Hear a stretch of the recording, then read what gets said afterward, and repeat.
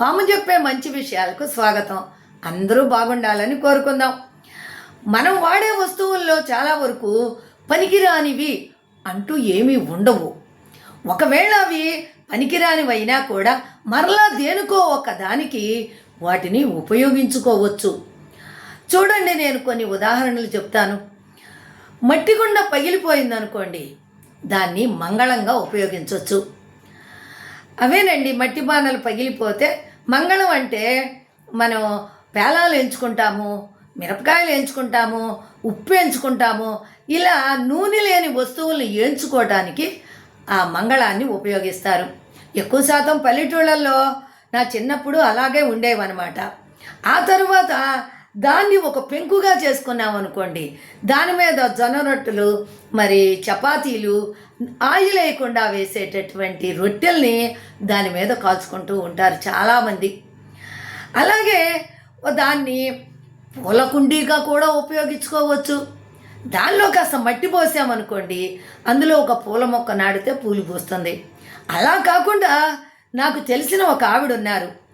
ఆవిడ దానిలో ఏం చేస్తారంటే, ఆవిడ షుగర్ పేషెంటు. దానికి మెంతులు నానబెట్టి రాత్రిపూట పొద్దున్నే ఆ నీళ్లు తాగుతుంది. అది షుగర్ పేషెంట్లకి చాలా ఉపయోగం అట. ఆ మిగిలిన పారేయకుండా ఆ మెంతులను ఈ మట్టి కుండలో మట్టి పోసి, ఆ పగిలిపోయిన మట్టి కుండలో దాంట్లో వేస్తుంది.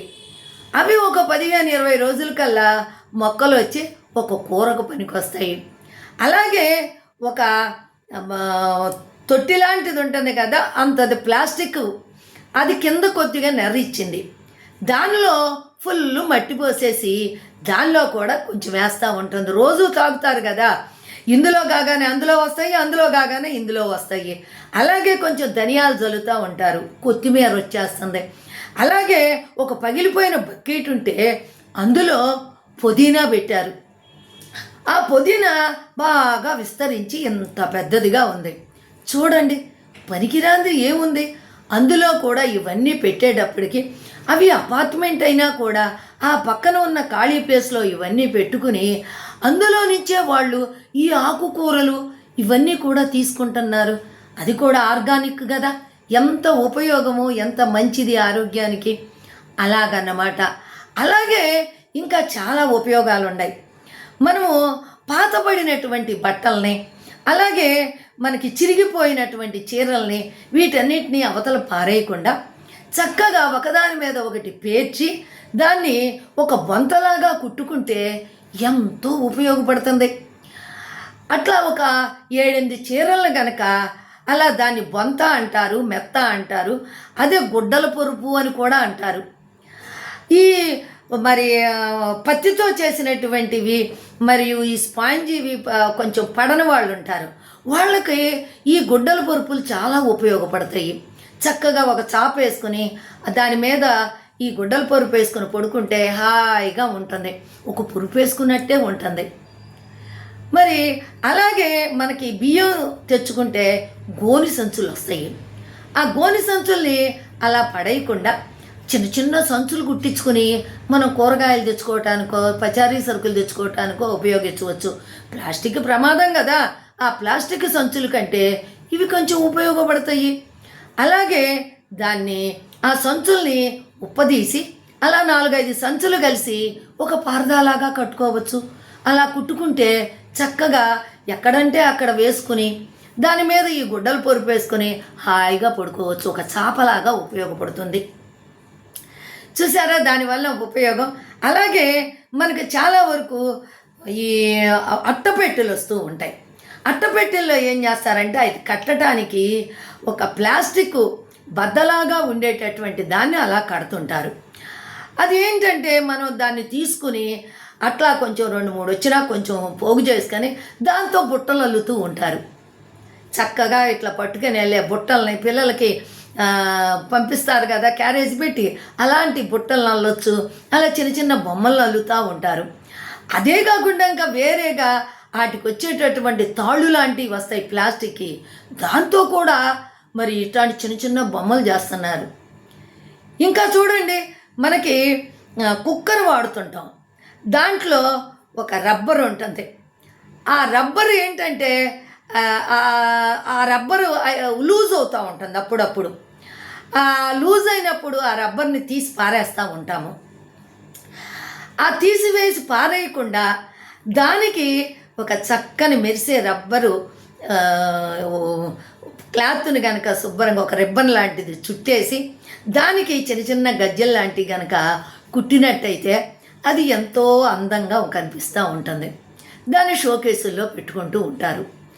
అలాగే వాటిని 2 కలిపి ఒక సంచికి అలా మనం పట్టుకుని వెళ్తానికి ఉండే వాటి హ్యాండ్స్ లాగా చేస్తూ ఉంటారు. చూడండి, ఏది మనకి పడేసే వస్తువే లేదు. అలాగే వాటిని పడేయకుండా తిరిగి ఉపయోగించుకోవచ్చు.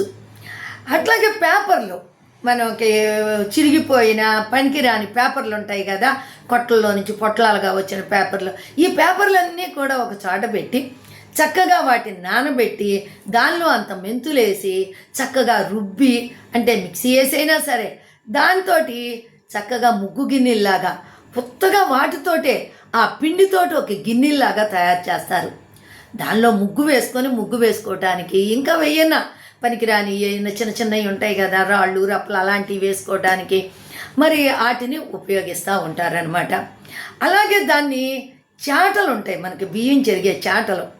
దానికి ఈ కాగితాల పిండిని రుబ్బి ఆ చాటలకు పోస్తారు. అప్పుడు ఏమవుతుందంటే చాటల్లో ఉండే సన్న బెజ్జాలు ఉంటాయి కదా, అవన్నీ పూడుకుని మనం బియ్యం చెరిగినప్పుడు కానీ దాంట్లో పోసినప్పుడు కానీ కింద కారిపోకుండా నీట్గా ఉంటాయి అన్నమాట. అలాగే చిన్న చిన్న జల్లబుట్టలు ఉంటాయి వెదురుతో చేసినవి.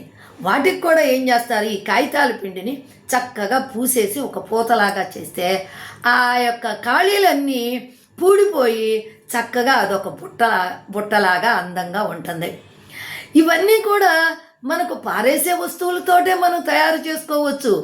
అలా వేస్ట్ అయ్యే వస్తువులంటూ మనకి ఏమీ ఉండవు. అలాగే మనం వాడి పడేసినటువంటి బ్రష్లు ఉంటాయి కదా, వాటితోటి కూడా ఈ మధ్య నేను ఒక చోట చూశాను. ఆర్చిలుగా చక్కగా ఒక మోడల్గా ఒక బొమ్మలాగా తయారు చేశానండి. వాళ్ళు షోకేస్లో పెట్టుకున్నారు. మరి ఇలాంటి ఉపయోగాలు చూడండి.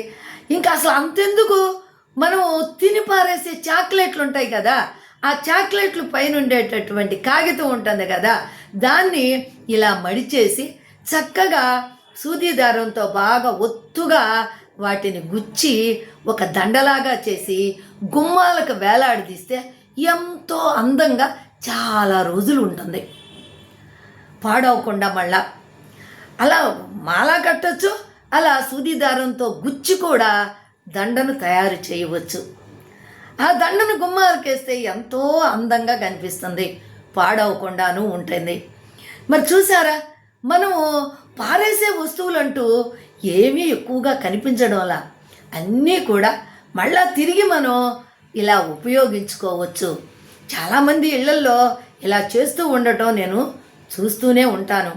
మరి అది కూడా మనకు ఉపయోగపడేదే కదా అని చెప్పని నేను మీకు ఈ విషయాలన్నీ తెలియజేస్తున్నాను. ఇది మరి మీకు నచ్చినట్లయితే నాకు ఒక లైక్ చేయండి, అలాగే ఒక కమెంట్ ఇవ్వండి, మీకు కుదిరితే షేర్ చేయండి, మరి సబ్స్క్రైబ్ చేయటం మాత్రం మర్చిపోకండి.